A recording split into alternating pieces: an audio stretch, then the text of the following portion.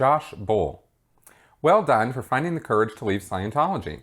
How did you learn to trust your conclusions after you left? After being deceived for so long, doesn't it play on your mind that you may be succumbing to other cognitive biases without noticing? Thanks, Josh. And actually,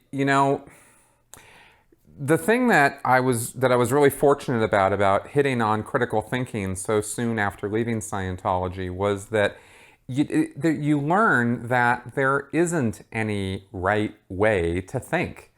Particularly, there are righter ways, or more correct ways, or ways of analyzing information that may be more valid, more evidence-based, and you strive for that.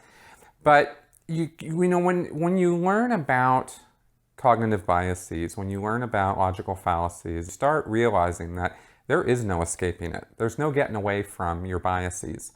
We are flawed in our thinking in that we only have the benefit of what we can intake from our senses, and that limits us, each of us individually, to a really great degree.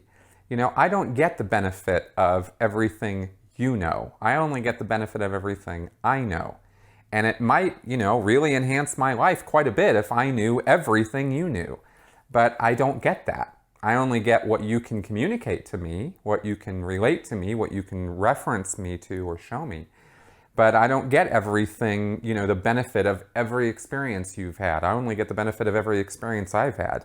And even then, with our memories, not being, not very, very good, really, in so many ways, we forget so much. I've been reminded of things that I did in high school or early on in Scientology and stuff, and I've just been like, what? I did that? It's like sometimes it's just kind of amazing, right?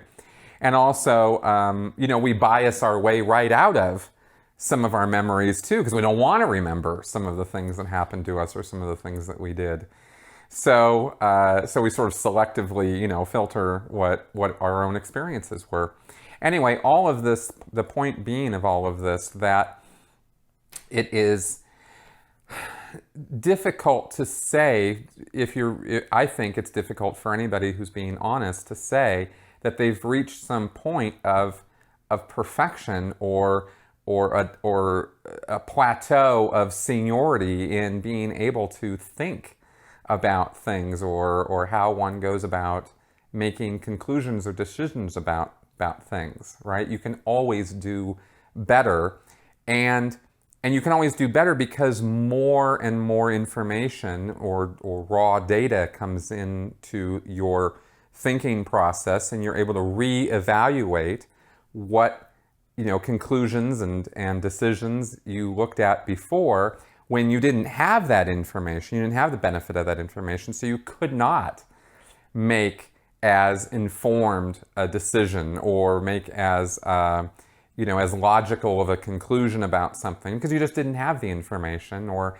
didn't have the wherewithal or whatever, right? So point being that I think that thinking and our ability to conclude and come to rational decisions is an ongoing evolutionary process for our whole life. And all we can really do is strive to be as good as we can at every moment along our path by using our brain power, by using the information we have available to us, and by striving to overcome our own biases, knowing that we really can't, but really trying anyway, and we can to some degree. I mean, don't get me wrong. I'm not saying that it's all hopeless or something like that. I'm saying that you're always going to be biased by your experience, your culture, your education, and your emotions, right? All of these things color every one of our decisions, right?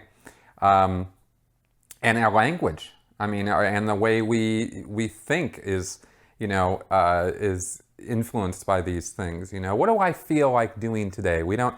How we feel. We are always operating on how we feel about things. What feels good, This is a huge bias for us. So critical thinking, at least when you are working with critical thinking and making an effort in the direction of using critical thinking, at least you're trying. At least you know that you're not perfect.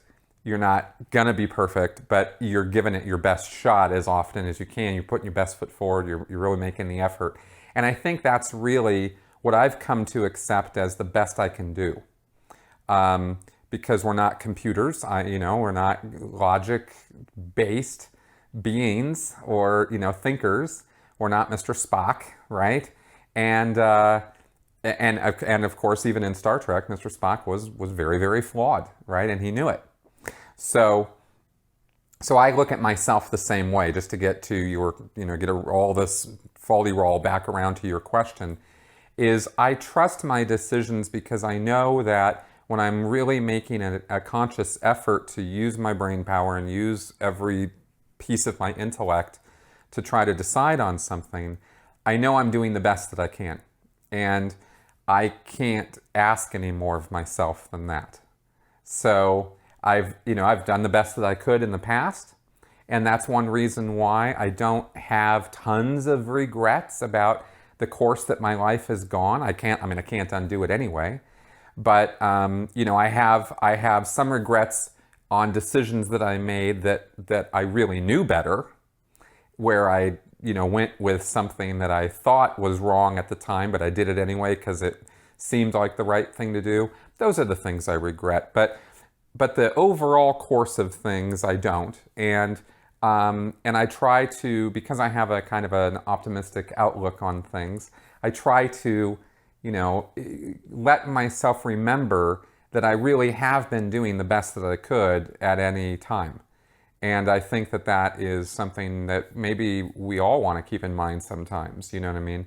There's a thing called hindsight bias, where when you learn new things, you look back on decisions that you've made in the past from hindsight, and you go, that was so screwed up, that was so wrong, or whatever. And you forget that you didn't know then what you know now, including having even the benefit of the experience of having made that decision and having to live through the consequences of it, right? So I try not to let hindsight bias rule my life. So to that degree, I feel I can trust my decisions, and I feel all of us should be able to trust our decisions as long as we know that we are applying our brain power and are applying our critical thinking skills to the best that we can, and are really trying to think through the consequences of our decisions and actions.